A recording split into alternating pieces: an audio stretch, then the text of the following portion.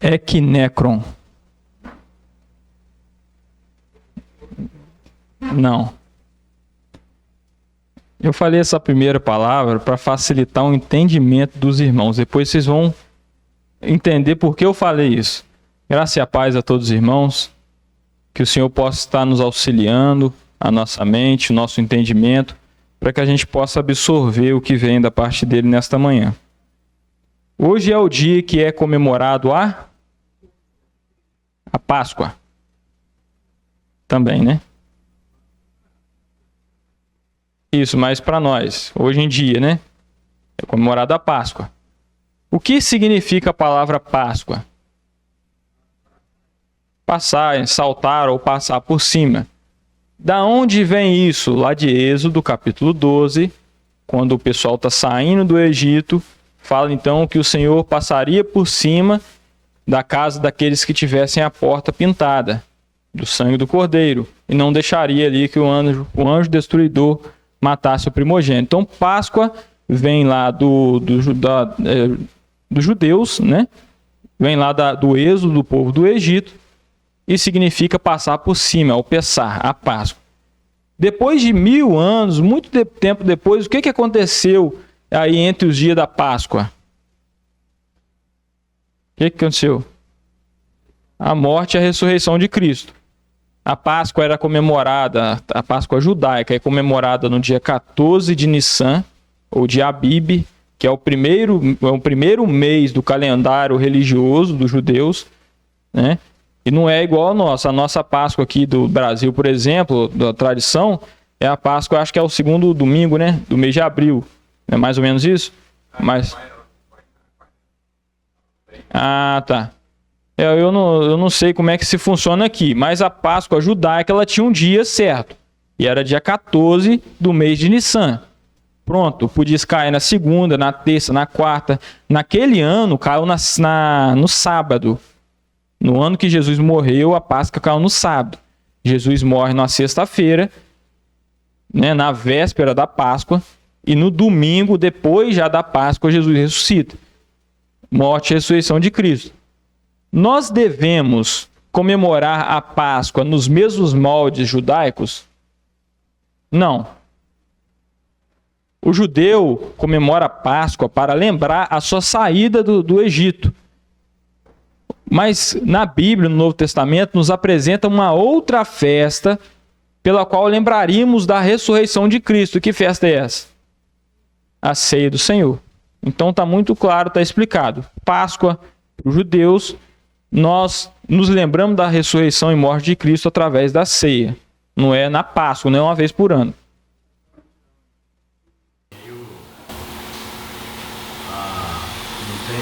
A Páscoa não tem o dia certo, porque depende do carnaval.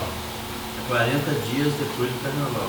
Ah, tá. Mas eu acho que no Brasil, ou pelo menos no mundo, tradicionalmente, ela é comemorada só em domingo, né? Parece que é isso, né? Sexta-feira tem a sexta-feira santa, né? E tem o domingo, que é o domingo de Páscoa. Mas para os judeus, é só lembrando isso. No original, é comemorado, se você for ver lá, Êxodo 12, capítulo 1 e 2, vai falar lá. No dia 14, no dia 10, eles separavam o cordeiro, e no dia 14 era para ele sacrificar. É no 14 de Nissan, ou de Abib.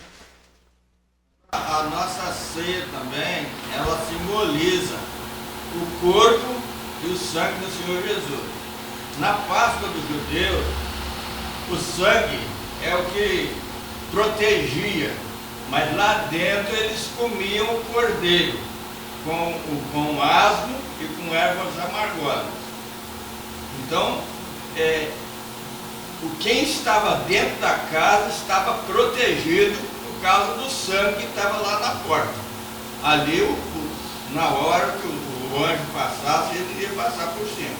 Então, é como se fosse lá dentro, fosse uma festa de gratidão e adoração a Deus. Muito bem.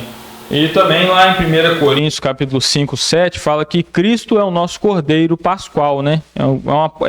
A Páscoa apontava, de certa forma, para o sacrifício de Cristo. Em Coríntios 11, 10, 23, ele fala que eu recebi de Deus o que eu vos anuncio, né? E na noite que o Senhor foi traído, ele tomou o pão e, tendo dado graça, partiu e deu aos discípulos. E depois tomou o sangue e então ele faz como que fosse uma rememoração daquele dia. Isso está em Coríntios capítulo 11, né? Mas, irmãos, qual foi a palavrinha que eu disse antes de começar mesmo? Como é que era? Decorem. Eknekron. Eknekron. Depois vocês vão entender o que é isso. Certo? Não estou falando em línguas estranhas, não. É isso mesmo. Depois vocês vão entender o que é. Meus irmãos, nós sabemos que a ressurreição de Cristo é um ponto muito importante da palavra de Deus. É tão importante que o apóstolo Paulo, ele fala que se Cristo não ressuscitou, então a nossa fé não tem valor nenhum. Paulo coloca em descrédito toda essa Bíblia que foi construída, foi feita por homens inspirados há mais de 1500 anos, coloca em descrédito toda a Bíblia, caso a ressurreição de Cristo não houvesse acontecido. Isso a gente vê lá em 1 Coríntios, capítulo 15. Quando a gente pensa em ressurreição, nós pensamos em 1 Coríntios, capítulo 15. Se eu perguntar para vocês qual que é o capítulo da ressurreição, que explica muito bem a questão da ressurreição, é 1 Coríntios, capítulo 15. Isso aí a gente tem que decorar, a gente tem que gravar, certo? E agora vamos ler lá, então, 1 Coríntios, capítulo 15, do 12 ao 17. Vou pedir que o Lucas possa estar colocando na versão NA. Muito bem. Olha o que diz ali. Ora, se o que se prega é que Cristo ressuscitou dentre os mortos, como alguns de vocês afirmam que não há ressurreição? Parêntese. Contexto disso aqui, Paulo estava escrevendo uma carta para a igreja de Corinto. Lá eles tinham uma influência muito grande da filosofia grega, por exemplo, que pensava que a matéria é ruim e o lado espiritual e material é bom. Então, quando uma pessoa morria e deixava essa parte material, ela estava sendo liberta dessa matéria. Então, pensar em ressurreição em um corpo material novamente, para eles era complicado. Isso aí você vê lá em Atos, capítulo 17, quando o apóstolo Paulo está falando no Areópago, né? Atos, capítulo 17, estava lá em Atenas, ele vai falando sobre as coisas, discutindo ali com os epicureus e os estoicos. Aí quando ele cita a questão da ressurreição, aí fala que uns zombaram dele e outros falaram assim, não, já chega, isso aí, porque eles tinham dificuldade com isso. Então pode ser que na igreja de Corinto tinha alguns irmãos com essa mentalidade, que não existiria uma ressurreição por conta dessa ideia. Então, vocês vão, com esse contexto, vocês vão entender melhor essas passagens. Pode falar, irmão. Dentro desse mesmo capítulo, o que Paulo diz?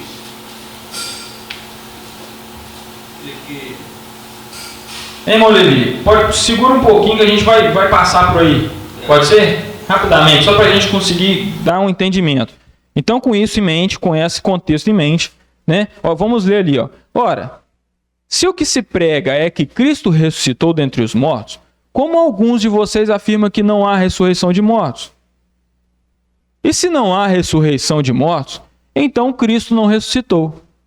E se Cristo não ressuscitou, é vã a nossa pregação e é vã a fé que vocês têm. Olha as conclusões que Paulo vai falando. Se não há ressurreição, então Cristo não ressuscita, então é vã, é inútil a nossa pregação e é vã a fé que vocês têm. E olha mais o que ele fala. Além disso, somos tidos por falsas testemunhas de Deus, porque temos testemunhado contra Deus que ele ressuscitou a Cristo, a qual ele não ressuscitou, se é que é certo que os mortos não ressuscitam. Porque se os mortos não ressuscitam, olha a conclusão, porque se os mortos não ressuscitam, também Cristo não ressuscitou. E se Cristo não ressuscitou, é vã a fé que vocês têm, e vocês ainda permanecem nos seus pecados. E ainda mais, os que adormeceram em Cristo estão perdidos. Estão enxergando a importância da ressurreição? E é uma coisa que muitas das vezes a gente passa por desapercebido. A gente não dá tanta atenção. E se a gente vê lá, bota no versículo agora 32 desse mesmo capítulo, na parte B. Olha aqui que fala assim, ó. E se os mortos não ressuscitam, comemos e bebamos, porque amanhã morreremos. Então, se não há ressurreição, não tem esperança. Acabou, é isso que a Bíblia apresenta. Então, se de alguma forma eu conseguisse provar que Cristo não ressuscitou, destrói a Bíblia toda. Acabou. Paulo fala isso aqui. É vã a fé, é vã a pregação. No versículo 29, parte B. Volta aí para vocês verem.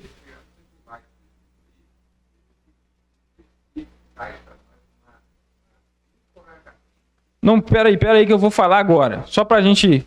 Olha só, volta no 29, parte B. Olha só. De outra maneira, que farão os que se batizam por causa dos mortos? Se de fato os mortos não ressuscitam, por que eles se batizam? Pode passar para o próximo. E por que também nós nos expomos a perigos a toda hora? Aí que vem a aplicação que meu pai vai fazer. Eu acho que é, né? Se os mortos não ressuscitam, então não tem esperança para nós. Então por que eu, Paulo, no caso dele, sofri atentado, sofri apedrejamento, açoitado, prisões? Para que isso tudo? Por que eu saí do patamar que eu estava para enfrentar tantas dificuldades se não há ressurreição dos mortos? Então tudo vai nos indicando que através dessa esperança futura, escatológica, tem que gerar uma ação em nós hoje, querendo avançar, prosseguir, publicar, proclamar, pregar, sofrer por causa do nome de Cristo, aguardando uma ressurreição. Isso é que conseguimos entender, né? E o pior, irmãos, o autor aos Hebreus, ele fala que quem não conhece dessas coisas, eles são meninos na fé, são crianças. Vamos ver isso? Hebreus capítulo 11, a partir do versículo 11 até o capítulo 6, verso 2. Olha o que ele fala aqui. Contextualizar para vocês. Prestem muito bem atenção. Paulo aqui, ele está falando, dando uma exortação, um puxão de orelha, falando assim, rapaz, vocês já eram pelo tempo, vocês tinham que ser mestres. E no capítulo 6 ele começa falando, agora nós vamos prosseguir para falar de algo que é mais perfeito, que é algo mais sólido, é algo para adultos, e vamos parar de falar de coisas que são básicas. Aí ele vai citar 6 coisas que são básicas que todo crente deveria saber. São as doutrinas rudimentares do nosso Senhor. Olha o que ele fala assim, ó. Pela fé, não é 11, não é 5, eu errei o capítulo. Hebreus capítulo 5, versículo 11. A esse respeito, temos muitas coisas a dizer.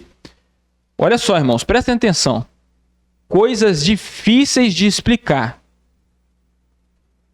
As coisas que Paulo estava falando já é difícil de explicar. Paulo não, o autor aos Hebreus, né? A gente não sabe. Mas agora, da parte dos ouvintes, tem uma certa preguiça. Então é isso que é um puxão de orelha para nós, que é nós que estamos aqui estudando coisas e revelações do futuro, vamos estar com ouvidos atentos, porque se o negócio já é difícil de explicar e o ouvinte não quer aprender, aí fica difícil, não é certo isso? Olha o que ele fala, porque vocês ficaram com preguiça de ouvir. Pois quando já deviam ser mestres, levando em conta o tempo decorrido, vocês têm novamente necessidade de alguém que lhes ensine quais são os princípios elementares dos oráculos de Deus, passando a ter necessidade de leite e não de alimento sólido. Olha só isso. Levando o tempo que você já se converteu, o tempo que você já é crente, você já deveria saber os princípios elementares, que ele vai descrever quais são. Mas, novamente, vocês precisam de alguém lhes ensinando isso, porque vocês precisam, na verdade, de leite, não de alimento sólido. Isso não é um puxão de orelha só para vocês, mas também para mim. Para mim também é. Para todos nós é um puxão de orelha. Olha o que ele continuou falando. Ora, todo aquele que se alimenta de leite é inexperiente na palavra da justiça, porque é criança. Mas o alimento sólido é para os... Para quem que é o alimento sólido? E o leite é para as crianças. para aqueles que pela prática têm as suas faculdades exercitadas para discernir não somente o bem, mas também o mal. Entra por isso aí. Por isso, deixando os princípios elementares da doutrina de Cristo, avancemos para o que é perfeito, não lançando de novo a base, olha só, aí ele falando, ó, vamos prosseguir falando, vamos deixar de falar dos princípios, porque isso é coisa de criança, é coisa que todo crente deveria falar, e aqui ele vai identificar quais são esses 3 princípios. O arrependimento arrependimento de obras mortas, 1. A fé em Deus. 2. Olha quais são os princípios elementares que todos nós deveríamos saber. 3. Ensinamento de batismo. 4. Imposição de mãos. 5. A ressurreição dos mortos. E 6. O juízo eterno. 6 princípios que todo cristão deveria saber. E será que nós estamos sabendo bem sobre esses princípios? Sinceramente, a gente tem aprendido bastante sobre esses princípios? Eu respondo por mim. Muitas das vezes não. Só agora que eu estou tendo contato com algumas coisas, né? Isso deveria ser mais entendido por nós. E por isso que a gente está falando aqui da ressurreição. Ressurreição de Cristo é importante. Coloque em xeque toda a Bíblia. Ressurreição é uma questão que é um princípio elementar. É a base. Todos nós deveríamos saber disso. Estão entendendo, irmãos? Então falamos sobre a Páscoa, falamos um pouco sobre a ressurreição de Cristo, e agora a gente vai entrar então na questão da ressurreição dos mortos, na nossa ressurreição. Bota lá no mapa, Lucas, pra gente. Esse estudo é o estudo 19 do mapa Plano Divino através dos séculos, e agora a gente vai entrar nessa parte da ressurreição dos mortos. Porque quando a gente pensa nisso, em ressurreição, vem em nossas mentes várias dúvidas. Quando vai ocorrer? Com que corpo nós estaremos? Ressuscitar para fazer o quê? Vamos ressuscitar juntos com os ímpios? O que é a primeira ressurreição? Então vem diversas dúvidas. Estamos aqui, irmãos, para aprender com humildade no Senhor, sabendo que não sabemos de tudo, e vamos usar do que está revelado na palavra de Deus para trazer um ensino para os irmãos a respeito da ressurreição. Só para lembrar os irmãos, qual que era a palavrinha que eu pedi para os irmãos gravarem? Não, ó. Equinecron. Depois vocês vão entender. Isso aí é para vocês ficarem ligados no estudo. Prestem atenção, né? Então, eu vou explicar depois. Isso aí é para vocês ficarem prestando atenção. Irmãos, nesse mapa aqui, é a versão 17 do mapa, né? Eu até adicionei aqui, queria mostrar para os irmãos rapidamente. Adicionei aqui algumas ilustrações, né? Algumas imagens que eu acho que vocês conseguem reconhecer quem é cada um daqueles ali, né? Se você ver aqui, nós temos aqui o André, né? Filho da Vasti, do Laius. Nós temos aqui um rapaz que nós conhecemos, quem que é? O Lucas. E do lado aqui, o Ismael. E esse aqui é o mais bonito, né? Eu me fiz mais bonito, né?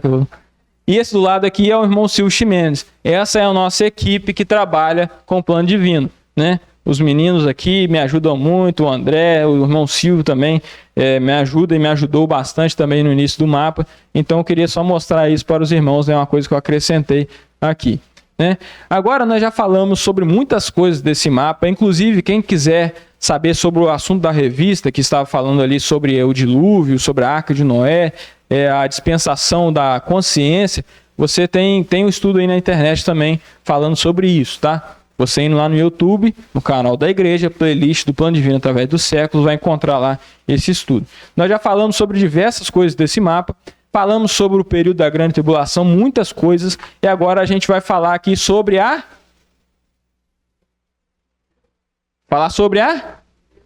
ressurreição, certo? É o assunto de hoje. Então, irmãos, a Bíblia nos apresenta muitas passagens que falam sobre a ressurreição. No Antigo Testamento, a gente só tem 3 passagens. Jó, capítulo 19, versículo 26, Isaías 26, capítulo 19, e Daniel, capítulo 12, versículo 2. 3 passagens no Antigo Testamento. Já no Novo Testamento, nós temos muitas passagens. Falando sobre a ressurreição de Cristo, nós temos mais de 42 passagens. falando sobre uma ressurreição que pessoas vão passar, a ressurreição dos mortos, tanto ímpios, tanto justos, tem mais ou menos 10 passagens. Que dessas 10, nós podemos destacar 3 passagens do Novo Testamento, que são as principais, que falam sobre a ressurreição. Uma delas está lá no capítulo da ressurreição, que qual é? 1 Coríntios, capítulo 15. 1 Coríntios, capítulo 15, é a passagem que o irmão Levi ia ler, a partir do verso 50, vai falar sobre ressurreição.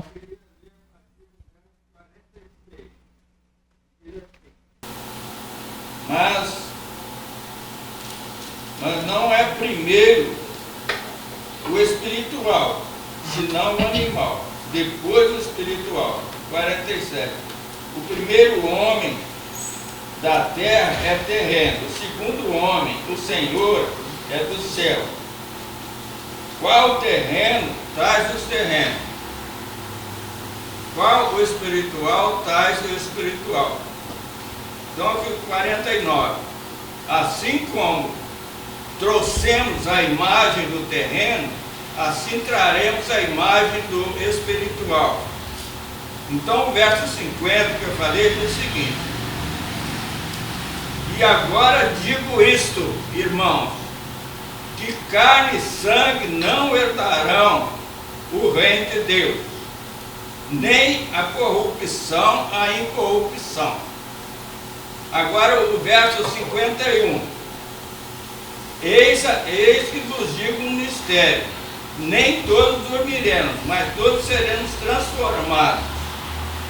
No momento, no abrir e fechar de olhos, ante a última trombeta, porque a trombeta soará, e os mortos ressuscitarão primeiro, ressuscitarão incorruptível, e nós seremos transformados. Porque convém que isso que é corruptível se revista da incorruptibilidade. Isto que é mortal se revista da imortalidade. E quando isto que é corruptível se revestir da incorruptibilidade, e isso que é mortal se revestir da imortalidade, então cumprir-se-á a palavra que está escrita: tragada foi a morte na vitória. Onde está, ó morte, o teu aguilhão? Onde está, ó inferno, a tua vitória? Ora, o aguilhão da morte é o pecado, a força do pecado é a lei, mas graças a Deus que nos dá a vitória por nosso Senhor Jesus Cristo. Portanto, meus amados irmãos, sede firmes e constantes, sempre abundantes na obra do Senhor, sabendo que o seu trabalho não é vão no Senhor. Muito obrigado, irmão Levi. A gente vai ler também essas passagens. Então, recapitulando, o irmão Levi leu, a gente vai falar sobre esses assuntos que estão tratados aí no capítulo da ressurreição. 1 Coríntios, capítulo 15. Entendível, fácil, decorável, certo? Então, 3 passagens no Antigo, falando sobre a ressurreição, e no Novo destacamos as 3. Uma é essa que o Levi falou. Nós temos também 1 Tessalonicenses, capítulo 4, verso 16. Nós temos também em Apocalipse, capítulo 20, verso de 4 a 6. 3 passagens que a gente pode destacar, que são as principais, mas o Novo Testamento ele lança mais luz na questão da ressurreição. Até aqui, tranquilo? Tá fácil de entender, né? E qual que é a palavra que eu pedi para decorar? Aí já tá indo, já tá gravando. Estão gravando. Muito bem. Né? Irmãos, agora vamos ler lá Daniel, então, que é uma passagem que é mais esclarecedora do Antigo Testamento. Daniel, que é o livro que é conhecido por ser o Apocalipse, a grande revelação do Antigo Testamento com questões futuras. Vamos lá para o capítulo 1 e 2, então. Daniel, capítulo 12, versículo 1 e 2. Olha só o que fala ali, ó. Naí, presta atenção, vou fazer a pergunta para você, tá, irmã Naí? Presta atenção, vou fazer a pergunta para a senhora. Presta atenção, ó. Neste tempo, se levantará Miguel, o grande príncipe e defensor dos filhos do povo de Deus, e haverá tempo de angústia como nunca houve. Irmã Naí, você lembra do que está falando esse tempo de angústia a qual nunca houve?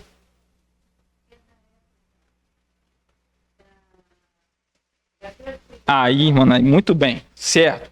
Isso aí a gente cruza esse dado com Mateus capítulo 24, versículo 21, que fala que vai haver uma grande aflição, grande tribulação, a qual nunca houve e nunca mais já haverá. Então aqui ele está falando sobre o quê?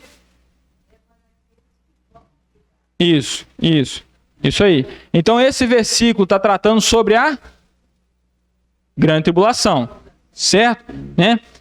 Desde que existem nações até aquele tempo. Mas naquele tempo, o povo de Deus será salvo. Quem que é o povo de Deus no contexto do livro de Daniel? O povo de Israel. Vai ser salvo dentro da grande tribulação, certo? Todo aquele que for achado inscrito no livro. Olha o 2, o que ele fala sobre a ressurreição. Muitos dos que dormem no pó da terra ressuscitarão. Uns para a vida eterna, e outros para a vergonha e horror eterno. Pelo livro de Daniel, quando que está acontecendo essa ressurreição aqui, que ele está trazendo essa revelação? Depois da grande tribulação. Presta atenção, irmãos. E aqui, no Antigo Testamento, se a gente não tivesse o Novo, a gente ia entender que os dois acontecem ao mesmo tempo. Porque Daniel, ele não fala na questão tempo aqui. Não fala quando vai ocorrer. Ele só fala que vai ter uma ressurreição. Uma para a vida eterna e outra para vergonha, desprezo eterno, para condenação eterna. Certo? Mas aí você vê a revelação progressiva de Deus. Revelação progressiva é um dos 3 pilares da nossa linha de interpretação, o dispensacionalismo. Juntamente com a diferença de Israel e a igreja, interpretação literal constante das Escrituras e a revelação progressiva. Pela revelação progressiva, nós entendemos então pelo Novo Testamento que vai lançar luz a esse assunto. Aqui, todas as pessoas que estavam lá na época de Jesus, todos os discípulos, todos eles já sabiam que haveria uma ressurreição, mas eles não tinham ideia de como isso aconteceria, porque eles tinham pouca coisa revelada a respeito disso. Certo? Agora, quando você vai lá para Apocalipse capítulo 20, versículo 4 a 6, olha o que fala lá. Ele falando ali do juízo das nações ou de Israel, falando, vi também tronos e nestes se assentaram aqueles os quais foi dada a autoridade para julgar. Vi ainda as almas dos que foram decapitados por terem dado testemunho de Jesus e proclamado a palavra de Deus. O que ele viu? Almas. Aí você pergunta para o texto, que almas são essas? É só continuar lendo o texto. Olha ali. Estes são os que não adoraram a besta nem a sua imagem, e não receberam a marca na testa e na mão, e viveram e reinaram com Cristo durante 1000 anos. Então essas almas são de quem? Das pessoas salvas durante a grande tribulação. Não é isso que está falando aqui? Aí ele fala, depois no final fala, e eles viveram e reinaram com Cristo durante 1000 anos. Então fala que depois dessa ressurreição dos tribulacionais, no final da grande tribulação, cruzando com Daniel, você entende isso, fala que vai ter 1000 anos ainda, que é o milênio, o reino milenar. Olha no outro versículo, no 5. O restante dos mortos não reviveram até que se completassem os 1000 anos. Quem que são os restantes dos mortos?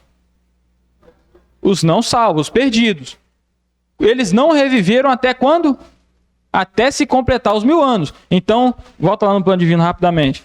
Nós temos a ressurreição desses injustos, desses ímpios, só depois do reino milenial. Passa o reino milenial, finaliza a grande tribulação aqui, né?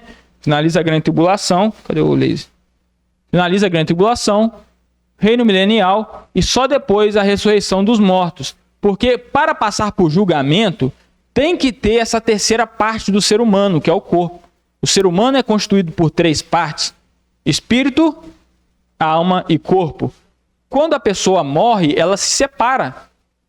Porque o corpo nosso, independente se a pessoa foi para o céu ou foi para o inferno, vai para a terra. O corpo está dormindo. Quando a gente olha um corpo de um morto no velório, ele está como na posição como se estivesse dormindo. Mas a alma, o espírito dele, ou está com Deus, se foi salvo, ou está no Hades, no inferno, sofrendo, aguardando, então, a ressurreição. Para depois da ressurreição deles, do ímpio, ser condenado. E a ressurreição do ímpio acontece quando?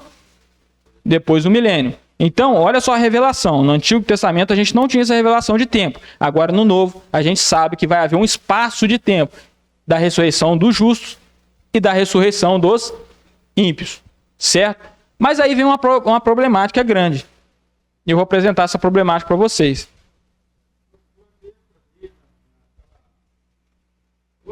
A frase daquele versículo que diz: esta é a primeira ressurreição. Continuando isso, bem-aventurado e santo aqueles que têm parte na primeira ressurreição. Isso. Bota aí, Lucas, Apocalipse 26. Apocalipse 20, versículo 6. O Levi falou ali, ó. Então, ele estava falando sobre os mortos da grande tribulação, falou de uma ressurreição, falou que os ímpios só ressuscitariam após os 1000 anos, e agora ele fala, bem-aventurado e santo é aquele que tem parte na primeira ressurreição. Olha a problemática aí, irmãos, que eu estou lançando. Bem-aventurado da primeira ressurreição. Sobre esse, a segunda morte não tem poder. Pelo contrário, serão os sacerdotes de Deus e de Cristo, e reinarão com ele os 1000 anos. Olha a problemática, irmãos, que eu vou passar para vocês. Daniel estava se referindo a uma ressurreição depois da grande tribulação. E Apocalipse 20 está falando também que essa ressurreição, olha a problemática, nós vamos resolvê-las. Está falando que a primeira ressurreição só acontece depois da grande tribulação. Então, se você juntar as peças, 1 Tessalonicenses capítulo 4, fala que a gente só vai ser arrebatado depois de acontecer o quê? Depois de acontecer a ressurreição. E se aqui está falando que a primeira ressurreição é só depois da grande tribulação, então já era. A igreja vai passar pela grande tribulação. Pera, irmão Levi, senão a gente vai perder o raciocínio. Eu sei que o irmão vai dar a resposta. Mas olha só, vocês estão entendendo, irmãos? A problemática que eu estou passando? Estão entendendo? Estão entendendo? Ué, mas como é que pode ser isso?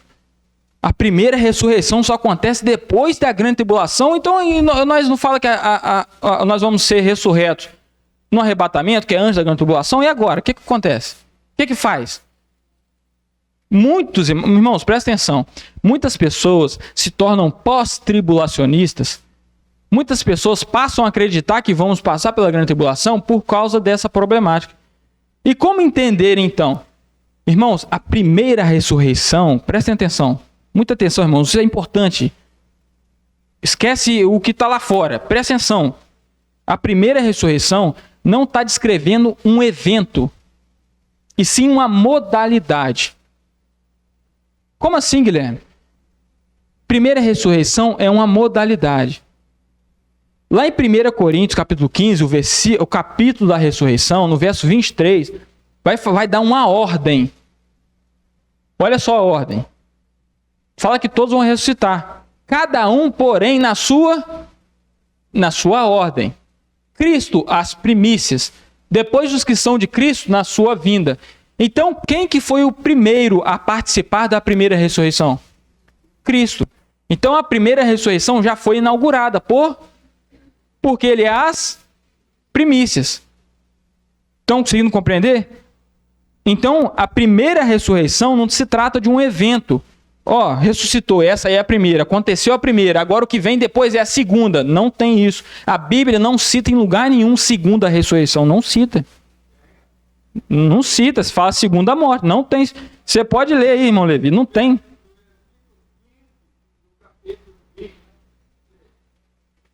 Então, coloca pra gente aí. Então, só se eu tiver enganado. No 14. Segunda morte. Segunda morte tem. Não tem segunda ressurreição. E vocês vão entender o porquê disso. Irmãos, a Bíblia cita claramente, fala o nome, primeira ressurreição. Não existe o nome segunda ressurreição. Existe segunda morte.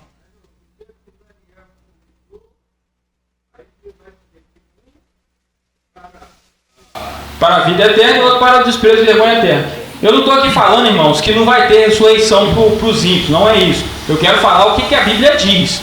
Eu não posso, é claro, se a gente entende que vai ter uma primeira, é porque vai ter uma segunda. É lógico. Mas eu quero atentar os irmãos para isso, porque eu vou fazer uma aplicação e isso tem que estar em mente. Tá certo? Então a primeira ressurreição é uma modalidade. Existem ordens. Ele falou que Cristo é as Primícias. Quando a gente fala em primícias, remete ao quê? Primeiro. Mas isso vem da onde esse nome, esse termo é usado em outra área, primariamente. Fala de quê? De colheita. Está falando de colheita. Tinha lá em Levítico, capítulo 23, uma lei. A lei das primícias. O que acontecia? Vamos supor, eu, Lucas, sou um fazendeiro, a gente joga lá o grão do trigo, nasce, a gente tem uma plantação. Então, esse primeiro feixe que a gente faz, que a gente colhe, ele é as primícias. Depois, olha a ordem na sequência. Depois das primícias, a gente vai ter a colheita em si. Aí chama o Lucas, chama meu pai, chama o Hélito, com a foice lá, cortando e fazendo a colheita em si. Mas depois ainda tem uma outra etapa da colheita. Alguém lembra qual é a outra etapa? Olha só, é o rabisco, né? A outra etapa era o resto que sobrou. Tinha uma lei que você tinha que deixar, você não podia limpar toda a sua plantação. Você tinha que deixar algumas coisas, tanto da vinha, tanto do trigo. Para que isso? Para que os pobres, os estrangeiros, as viúvas, os órfãos pudessem se alimentar com aquilo. Vocês lembram quem que foi beneficiado por essa lei? A Ruth.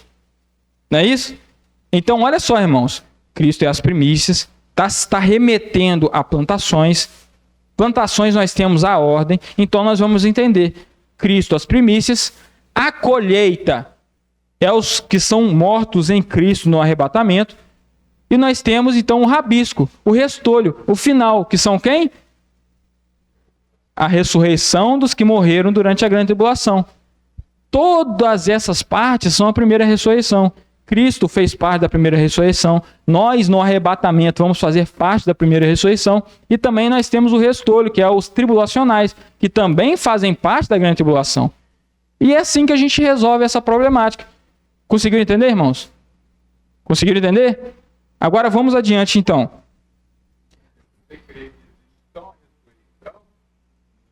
O literário que diz ali, você tem que suprimir a ressurreição de Tessalonicenses capítulo 4. Se você... Olha só o problema que a gente tem aqui agora no mapa. Agora o problema é no mapa. É o que às vezes dificulta e dificultou o meu entendimento a respeito disso. Olha o problema. Aqui no mapa a gente só tem uma ilustração de uma ressurreição acontecendo. E é descrito aqui como primeira ressurreição. Mas, gente, no arrebatamento a gente não tem alusão, porque a primeira ressurreição nominalmente só está falando a respeito de quem?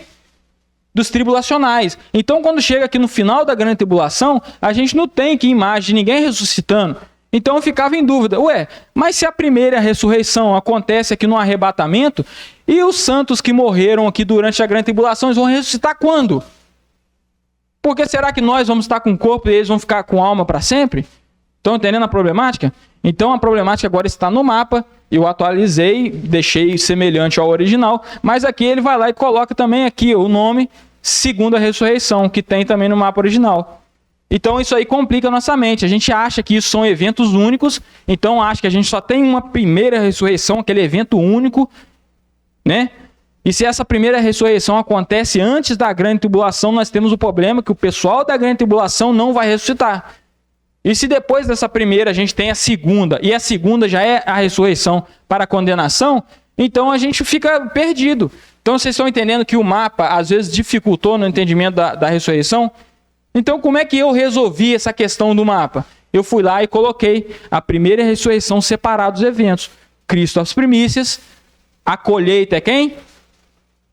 A igreja, os santos, os mortos em Cristo. E depois, o rabisco era quem? Os da tribulação. E eu atualizei e vou mostrar para vocês. Mas antes disso, eu quero falar para vocês, quero perguntar. Fora esses 3 eventos, ainda tem mais um pessoal que vai ressuscitar. Vocês lembram quem são? Fora desses 3 eventos, tem mais um que vão ressuscitar ainda. Vocês lembram? Não, isso é para a vida, para a vida. Não, mas eles se encaixam em um dessas 3. Estou falando fora das 3. Tem mais um evento separado que vai ter ressurreição para a vida. Vocês estão lembrados qual que é? A gente já falou aqui sobre isso em outros... As 2 testemunhas. As 2 testemunhas, elas nem ressuscitam antes da grande tribulação e nem depois da grande tribulação. Elas ressuscitam quando? no meio da grande tribulação.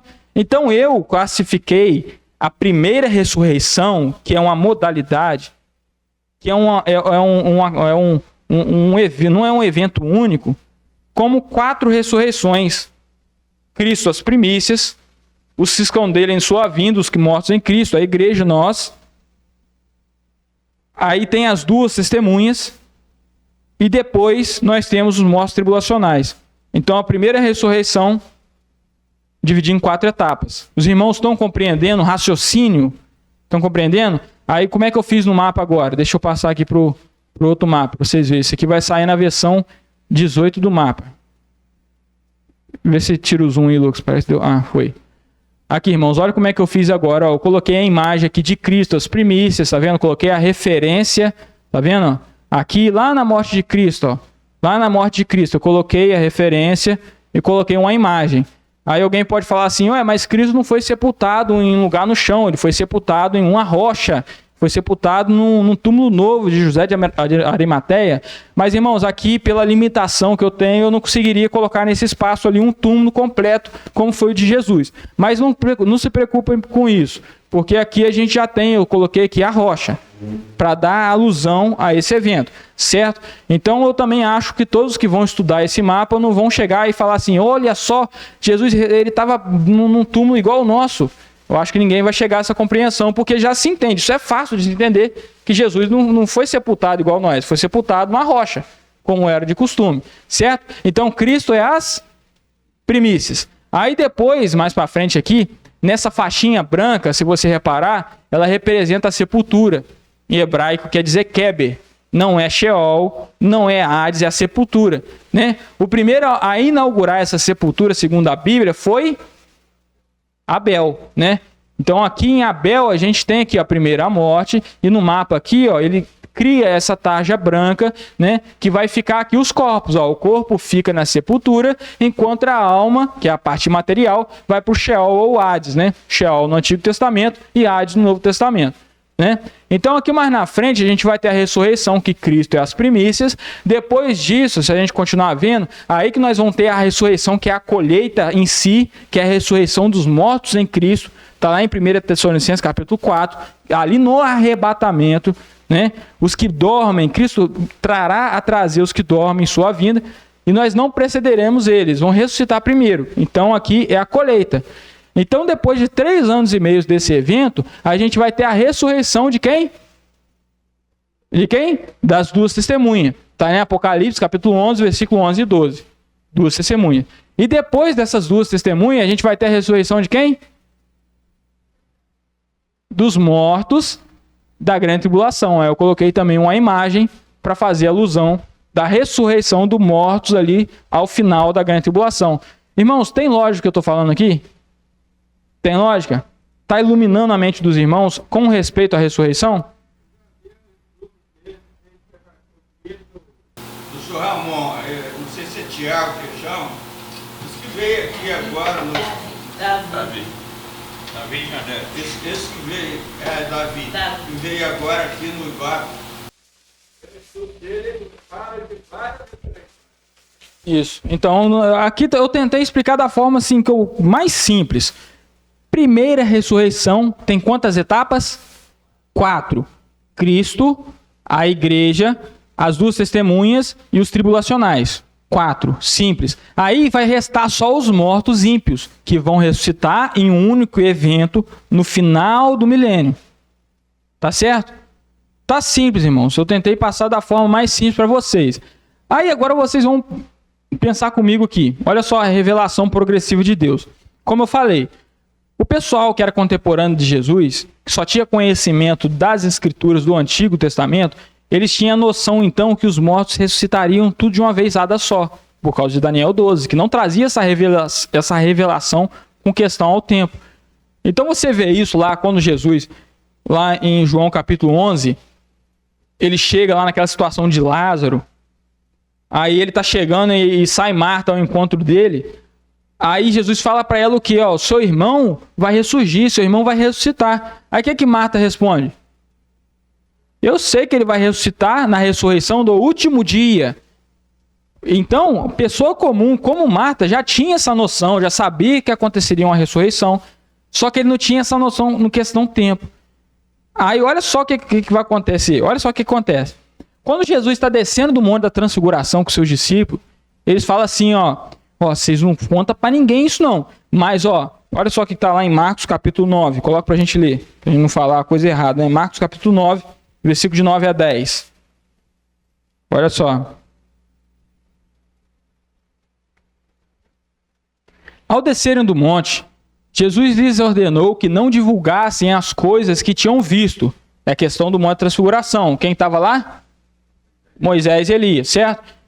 Até o dia em que o Filho do Homem ressuscitasse, presta atenção, ressuscitasse dentre os mortos. Olha a reação deles, coloca no outro versículo. Eles guardaram a recomendação, perguntando uns aos outros o que seria esse ressuscitar dentre os mortos. Uma dúvida que surgiu entre eles. Mas se eles já sabiam que haveria uma ressurreição, por que então surgiu essa dúvida? Por causa da questão dentre os mortos. Eles pensavam que ia acontecer tudo num dia só. Mas agora Jesus traz uma revelação que uns vão ressuscitar, no caso Jesus está se referindo a ele, e outros vão continuar mortos. Isso que é ressuscitar dentre os mortos. Se eu tenho 10 pessoas aqui, escolho 2 dentre essas 10, eu não estou escolhendo as 10, estou escolhendo 2. 2 vêm e o resto fica. Então essa é uma revelação progressiva que só veio no Novo Testamento. Por isso que eles ficaram se perguntando uns aos outros, o que seria esse ressuscitar dentre os mortos? Jesus, você está falando de quê? A gente não sabe disso. Não vai ter uma ressurreição que é só no último dia? Como é que funciona esse negócio? Ressurreição dentre os mortos. Aí lá Paulo, presta atenção, Paulo lá em Filipenses, capítulo 3, no versículo 10 a 11, ele fala assim, o que eu quero é conhecer a Cristo e o poder da sua ressurreição, tomar parte nos seus sofrimentos e me tornar como ele na sua morte, para que de algum modo alcançar a ressurreição dentre os mortos. Então está muito claro, irmãos. A ressurreição não acontece tudo num dia só. Vai ter pessoas ressuscitando umas antes das outras, dentre os mortos. E quando a gente vai para o grego, o que é dentre os mortos no grego? Ek, necron. Entenderam por que eu falei? Por que você está falando isso, Guilherme? Porque aquela outra linha de pensamentos aliancistas, que a gente já fala muito aqui, eles acreditam que tudo vai acontecer num dia só. Que acontece a grande tribulação, acontece a segunda vinda, e ali já é ressuscitado os mortos em Cristo e os outros mortos que são os ímpios. Entendeu? Então tem que ter muito em mente essa questão. Ek, necron. Essa palavra em grego, você lembra de necron, você vai lembrar de quê? Necromancia. Tem a ver com o quê? Com morto. Né? Porque necron é morto. E ek é dentro, ou é a mesma expressão que está em eclesia. O que é eclésia? Igreja, chamados para fora. Esse termo ek, antes, entendeu? Então é muito interessante isso, irmãos. Os irmãos estão conseguindo compreender o estudo? Certo? Então essa é a revelação progressiva do Senhor. Revelação progressiva quer dizer que no Antigo Testamento não contém a plenitude do conhecimento da revelação. Que a revelação foi acontecendo por etapas, progressivamente. Com os coríntios sobre essa questão da ressurreição. Porque eles eram crentes em Jesus, mas não tinham noção disso. Hoje um crente em Jesus que tem, eu até brinco às vezes, fala que o Ismael ele tem muito mais conhecimento que Salomão, por causa desses detalhes. Um crente em Jesus hoje, que tem dedicação à palavra, ele tem muito mais conhecimento do que um crente que viveu com Paulo. Entendeu? Por quê? Porque hoje nós temos uma revelação completa. Então hoje um crente, hoje ele tem todas as facilidades de ser crente adulto, né? De ser um crente adulto. Por quê? Porque ele tem todas as informações, então o lado completou. O Apocalipse fecha todo o raciocínio. Aí você vê Paulo falando, quando eu era pequeno, criança, quando eu era menino, fazia coisa de menino. Mas quando me tornei homem, deixei as coisas de menino. Irmãos, a palavra de Deus hoje está completamente revelada para nós. A revelação está completa aqui. Não quer dizer que Cristo ou Deus revelou tudo a nós. mas que tem da revelação que ele quis passar para o ser humano, já está revelado completamente. Está aqui. Quando você vê lá em Daniel, capítulo 12, fala assim, o anjo fala assim com ele, Daniel, vai meu filho, morre, pode ir, descansa em paz, cerre esse livro até o tempo do fim, porque as pessoas daquela época não entenderiam o livro de Daniel pela quantidade de revelação, que só era possível de se entender quando viesse o Novo Testamento. Mas lá no final do livro de Apocalipse, o anjo fala para João, João, não cele esse livro. Daniel fala, lá em Daniel vai falar que a sabedoria se multiplicaria e os sábios têm capacidade para entender isso. E como é que se faz para ter sabedoria e conseguir entender essa revelação? Pedindo a Deus. Tiago fala. É só pedir a Deus sabedoria. Nós temos aqui revelações fantásticas descritas na Bíblia. Só que muitas das vezes a gente, por não sei porquê, às vezes por ter dificuldade, por ser algo complexo, a gente às vezes deixa de lado. Às vezes ficando na superficialidade da revelação de Deus e não se aprofundando no que já está aqui descrito, revelado para nós. Então essa é um puxão de orelha, não só para mim, porque eu preciso aprender mais, também para todos nós. Aí eu estava falando com meu pai, né? Aí que vem os dons. Às vezes Deus me capacitou para que às vezes o irmão não consegue entender. Mas às vezes Deus capacitou eu, ou o Lucas, ou meu pai, ou o Hélio, ou qualquer pessoa, para que nós pudéssemos aprender, então repassar para os irmãos. E isso que eu estou fazendo agora. E o que Hebreus fala? Rapaz, é só vocês não fechar o ouvido, vocês têm que pelo menos querer aprender. Né? A gente está tentando fazer e com o auxílio do Espírito Santo, ele vai entregar essas revelações, esses entendimentos no coração de cada um.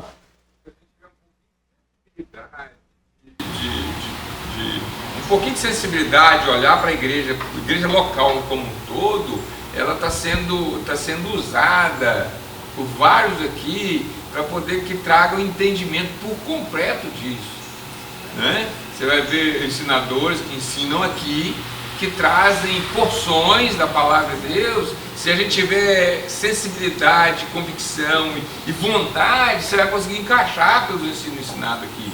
Né? Se analisar cada ensinador aqui, cada um que ensina aqui. Olha só, pai, interessante. Você pode ver que a gente não, eu sozinho, eu não tenho a capacidade de passar toda a revelação, mas às vezes eu falo sobre o futuro. O Lucas às vezes traz um ensino apologético falando contra as heresias. Às vezes o Ismael traz um estudo falando sobre o passado. O meu pai traz uma mensagem mais aplicativa. O Jorge traz uma mensagem mais simples, de fácil entendimento. O Vitor traz uma mensagem mais sabedoria, com mais eloquência. O Adriano vai complementar em uma parte, o Dade em outro, o Silo em outro. E cada um com os nossos dons e talentos e sabedorias, juntando isso tudo, a gente tem que ir para a perfeição. Vocês têm preguiça, entendeu? A preguiça, quando ele usa aquela expressão ali, ele está falando a questão dos ouvintes, né? Então a igreja aqui como um todo, ela está sendo alimentada, mas o alimento ele só vai chegar nas pessoas quando as pessoas interessar pelo alimento. O alimento está sendo oferecido, né? Então precisa de cada um interessar por esse alimento. Qual alimento que eu quero? Né? Eu estou querendo o alimento que Deus oferece ou estou querendo o alimento que é oferecido lá fora? Né? Então, se a igreja tiver a igreja como um todo tiver sensibilidade para absorver aquilo que está sendo passado, está sendo ensinado. Né? Só que precisa dos ouvintes, das pessoas que congregam, ter a sensibilidade de aproximar, né? De querer, porque não adianta, né, oferecer algo que as pessoas não queiram. E irmãos, prestem então, vamos recapitular. Primeira ressurreição é constituída de quantas etapas? 4. As primícias é Cristo, a colheita é a igreja. Depois de 3 anos e meio nós temos 2 testemunhas. E agora o rabisco final da colheita. Isso aí, os tribulacionais. Entendido, certo? Então, irmãos, agora a gente vai entender, então, tentar responder algumas perguntas a respeito de como vai ser o nosso corpo da ressurreição. No capítulo da ressurreição, em 1 Coríntios capítulo 15, o irmão Levi já leu a parte do trecho, né? Lá no versículo, a partir do versículo 32, coloca pra gente aí, Lucas. 35.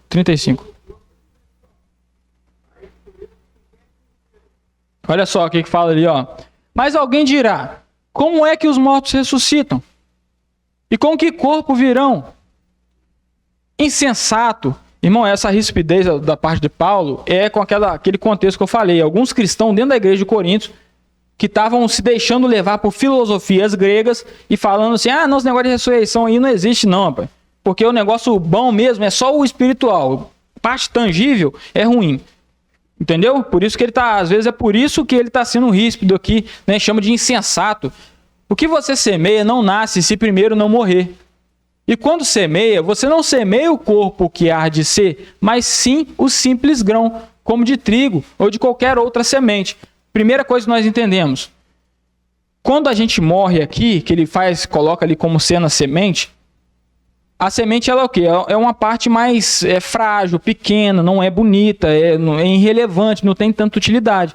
Mas quando a gente lança a semente, depois quando nasce alguma coisa ali, seja uma árvore frondosa, tem muitas utilidades, mais bonita, a gente entende isso então.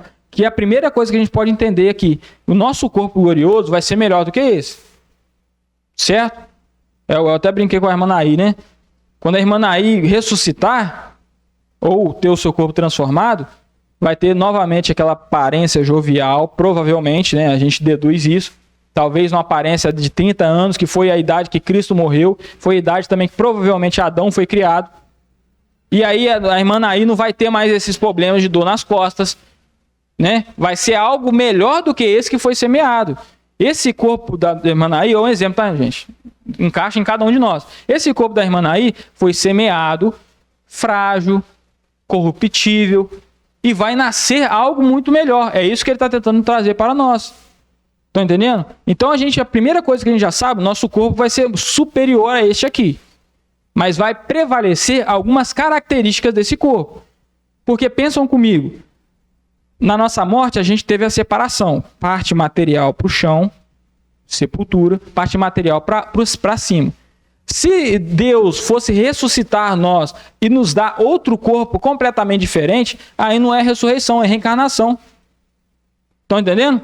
Então, por isso que Paulo fala que importa que o corruptível, esse corpo do Guilherme aqui, com essas características, semelhanças, ele vai se revestir da incorruptibilidade. É o mesmo corpo, porém transformado. É por isso que Jesus, apesar de alguns momentos ele não ser reconhecido, em outros momentos ele foi até pelo timbre da voz.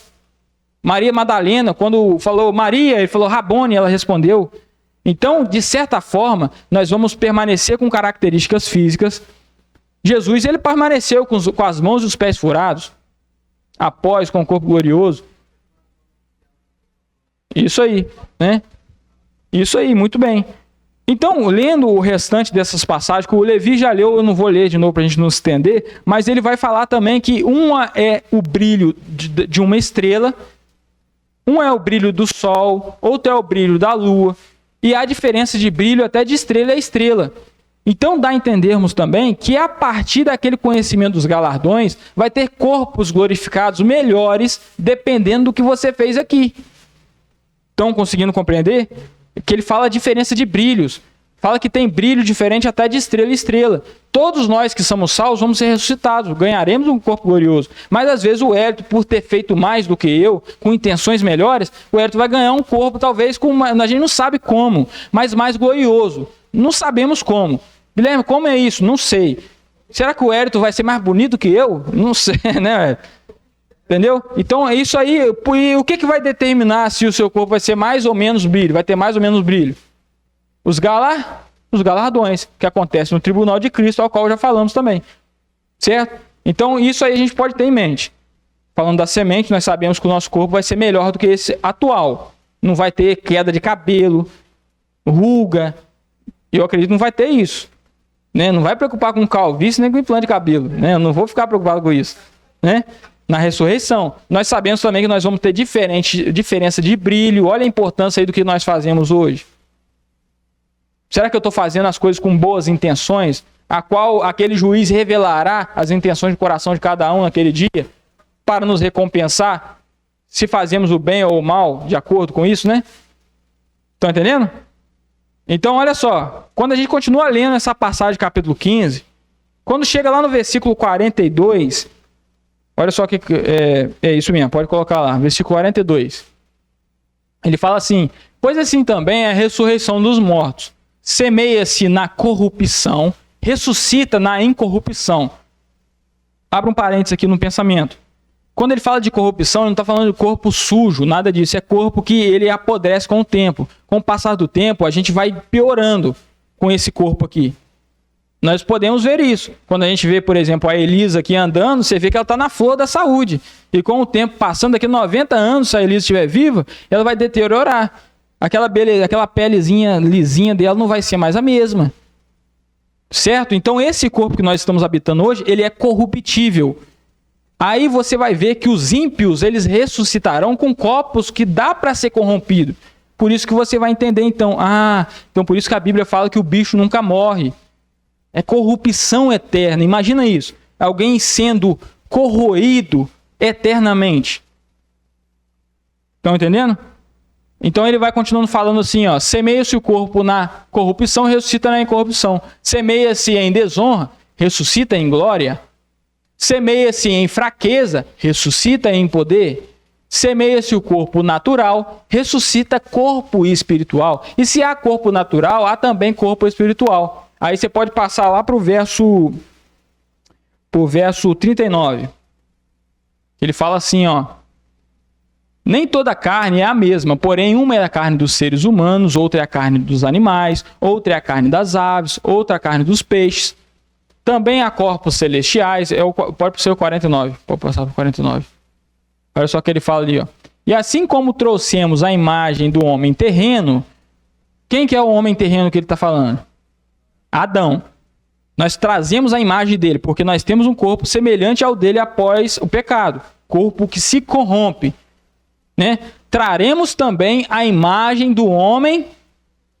Quem que é o homem celestial? Jesus. Aí você lembra daquela passagem lá em 1 João capítulo 3, versículo 2, que fala assim, ó, 1 João 3, 2. Amados, agora somos filhos de Deus, mas não ainda se manifestou o que havemos de ser. Sabemos que quando ele se manifestar, seremos semelhantes a ele, porque havemos de vê-lo como ele é. Estão entendendo? Então, o nosso corpo glorificado, para a gente saber como vai ser, é só ver o de Jesus. Irmãos, Jesus, ele passava por paredes. Que isso, Guilherme? Jesus atravessava a matéria, mas de onde se surgiu isso? Lá em Lucas capítulo 24, fala que as portas estavam trancadas, os discípulos reunidos lá, com medo dos judeus. Jesus apareceu no meio deles, passando por portas trancadas. Então nós temos a noção que, apesar do corpo de Jesus ser físico, ele pediu, ó, toca aí nas minhas feridas. Era corpo físico, espiritual, mas tem a parte material. Ele não era um espíritozinho que ia vagando, falando assim, ó, vê se um espírito tem carne e ossos, como eu tenho. Então, quando nós ressuscitarmos, vamos ter carne e ossos. Vamos poder, às vezes, interagir com esse novo mundo e nova criação que o Senhor está preparando para nós, novos céus, nova terra. Como é bom a gente imaginar como vai ser tudo isso, né?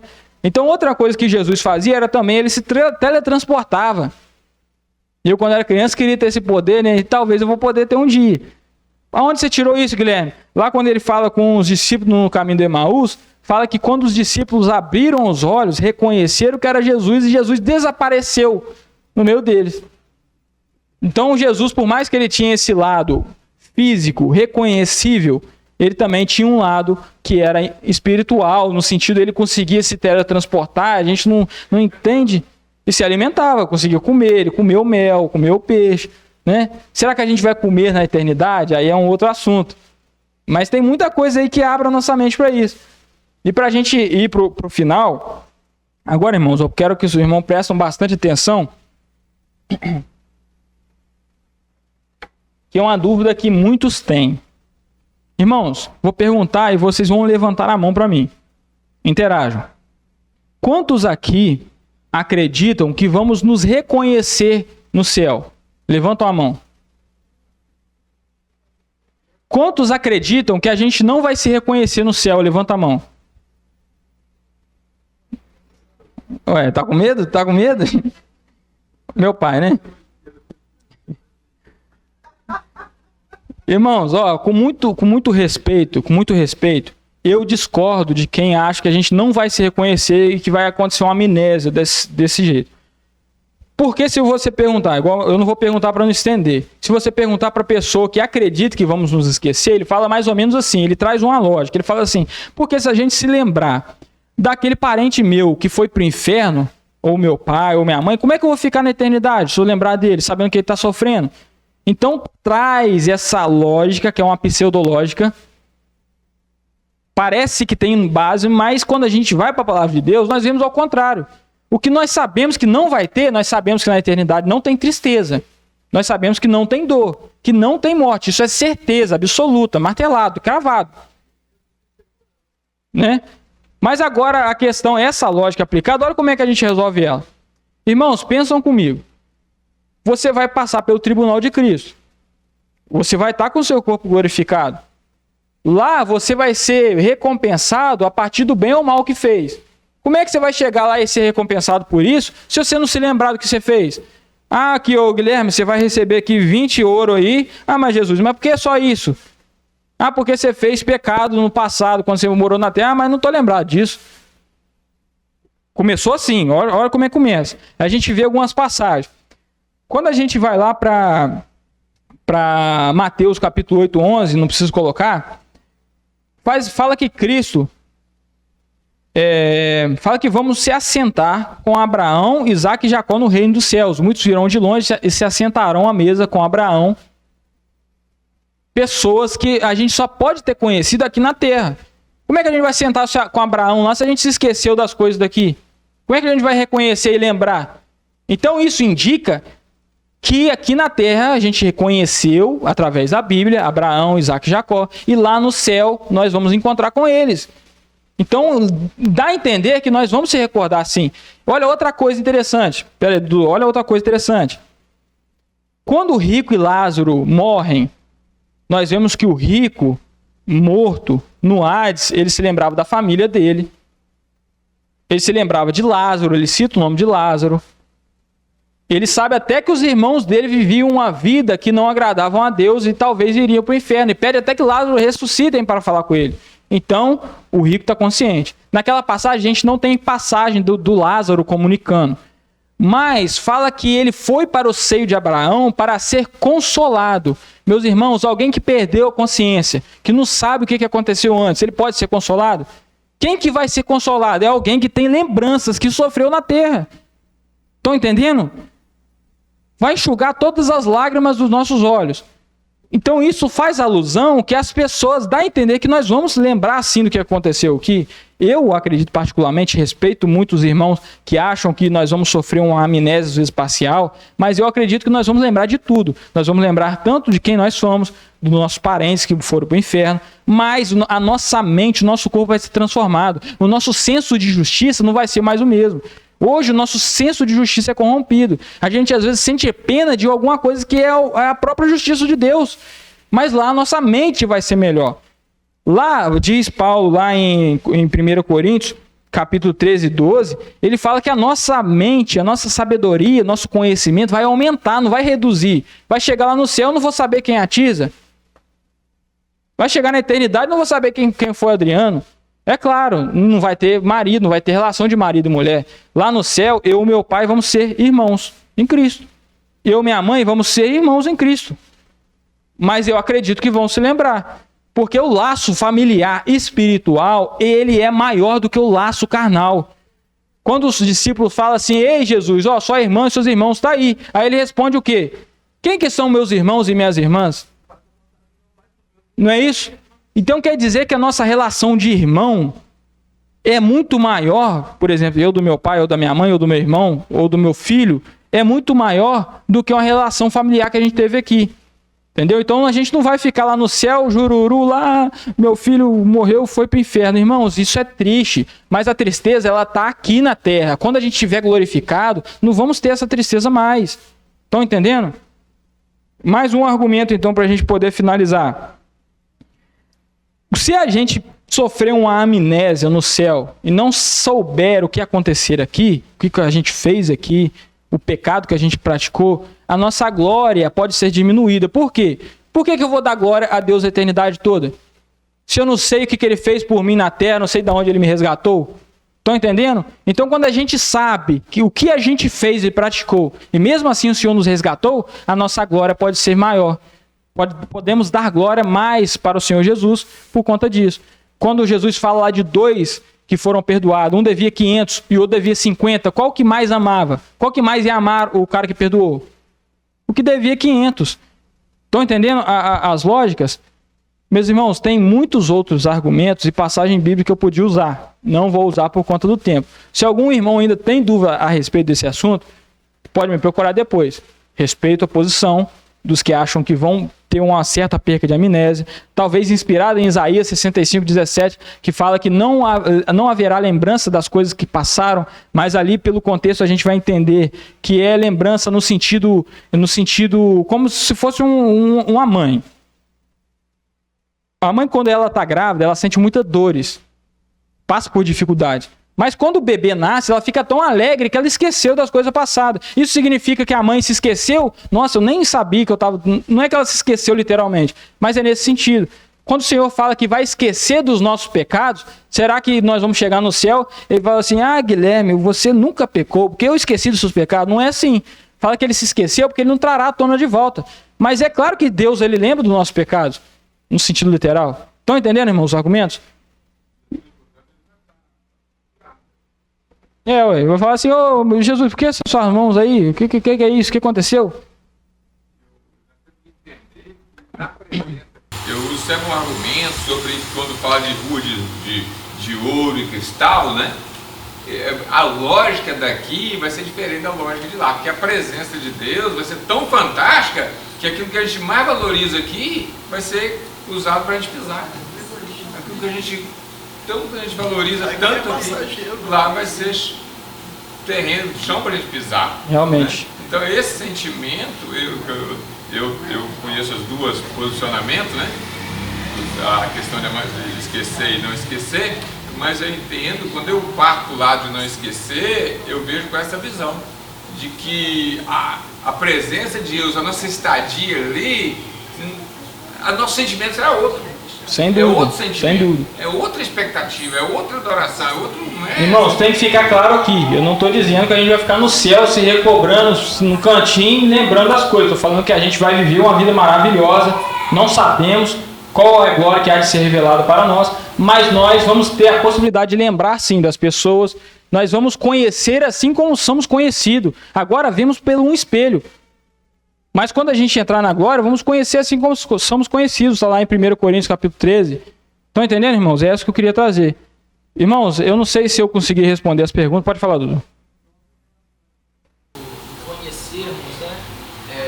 Na passagem do Cristo no Monte das Oliveiras, né, quando ele vai lá com os discípulos, eles reconhecem a Moisés e É outro argumento. Né? Eles nunca tinham visto, mas reconhecem. Como eles saberem da fisionomia deles? Porque por mais que eles fossem estudiosos, e a maioria dos discípulos não eram estudiosos, né? Pessoas que haviam crescido estudando, eles eram trabalhadores, a maioria deles.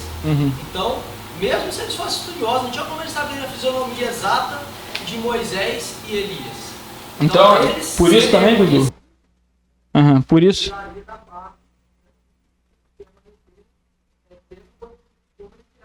Isso.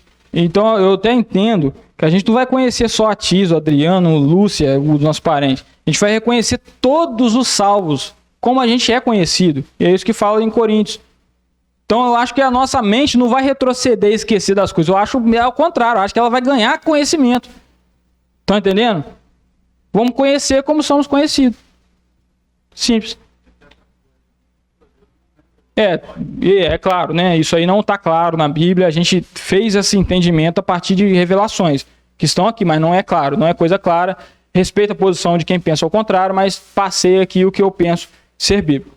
Irmãos, eu peço que o Senhor Deus coloque essa esperança da ressurreição no coração de cada um, a gente se atente para isso e com isso a gente possa servir melhor ao Senhor. Amém?